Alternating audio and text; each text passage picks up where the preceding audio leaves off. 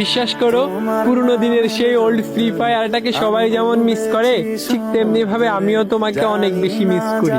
আমি হয়তো নাইম আলমের মতন এত কিউট না, কিন্তু বিশ্বাস করো, আমি কখনোই গেমিং উইথ জিহাদের মতো তোমার জীবন থেকে হারিয়ে যাব না।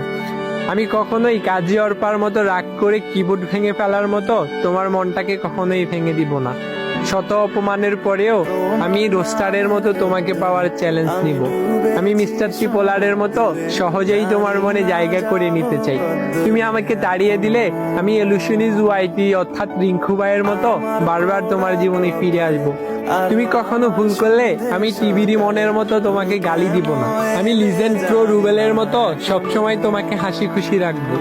আমি কখনো 2F রোল গেমারের মতো তোমার সাথে মজা করব না।